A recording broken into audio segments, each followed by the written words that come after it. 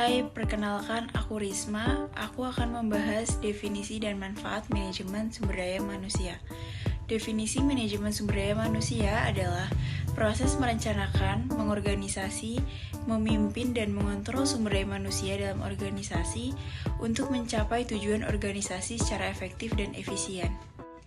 Sumber daya manusia merupakan faktor sentral untuk mengelola sebuah organisasi. SDM berfungsi sebagai penggerak roda organisasi dalam mencapai sasaran dan tujuan organisasi. Oleh sebab itu, produktivitas sebuah organisasi sangat tergantung pada produktivitas SDM yang bersangkutan.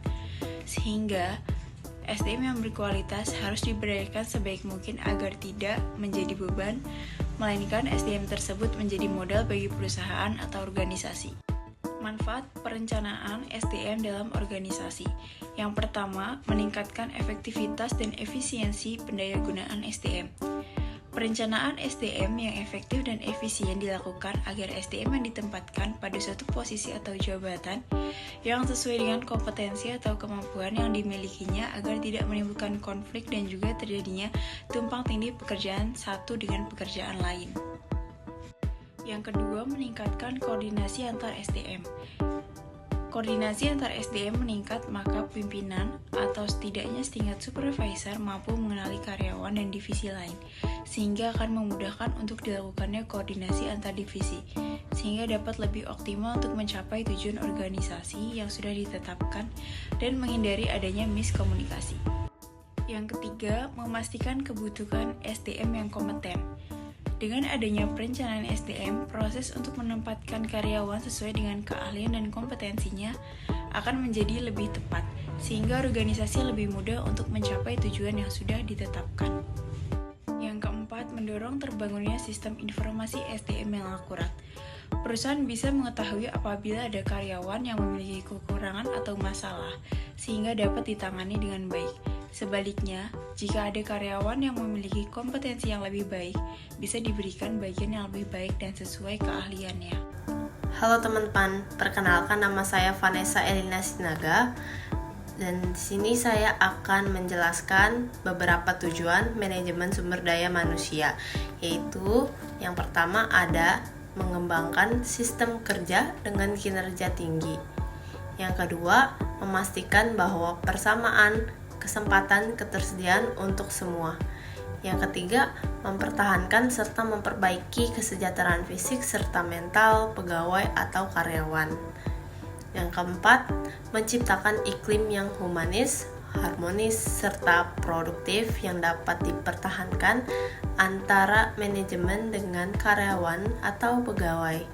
Yang kelima, memastikan bahwa karyawan atau pegawai dinilai serta dihargai atas apa yang telah dikerjakan dan dicapainya. Di sini juga saya akan menjelaskan beberapa fungsi manajemen sumber daya manusia. Yang pertama ada pengrekrutan dan pemberhentian pekerja. Yang kedua, perencanaan karir path pekerja. Yang ketiga, memastikan kesehatan dan keselamatan pekerja. Yang keempat, perencanaan dan pemberian kompensasi pekerja. Dan yang terakhir adalah evaluasi dan penilaian kinerja. Terima kasih.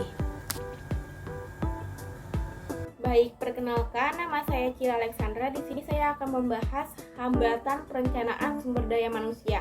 Yang pertama adalah biaya. Hal ini terjadi karena biaya yang dibutuhkan perusahaan untuk membayar sumber daya manusia yang berkualitas tidak mendukung karena perusahaan belum mampu membayar gaji para profesional tersebut. Nah, yang kedua itu hubungan kekerabatan.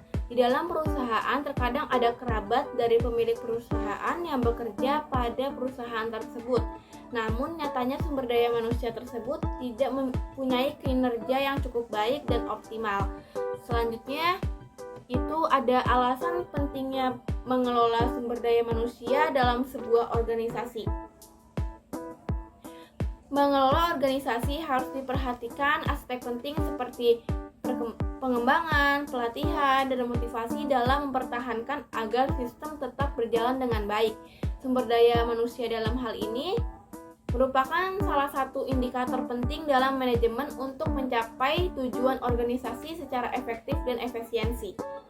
Sekian, terima kasih. Dadah. Assalamualaikum warahmatullahi wabarakatuh. Nama saya Aisyah Putri Datin dengan NIM 222-148 dari Prodi Akuntansi. Peran manajemen sumber daya manusia: 1. Membantu memberi data dan informasi yang diperlukan. 2. Membantu kelancaran untuk mengembangkan organisasi sebagai satu kesatuan.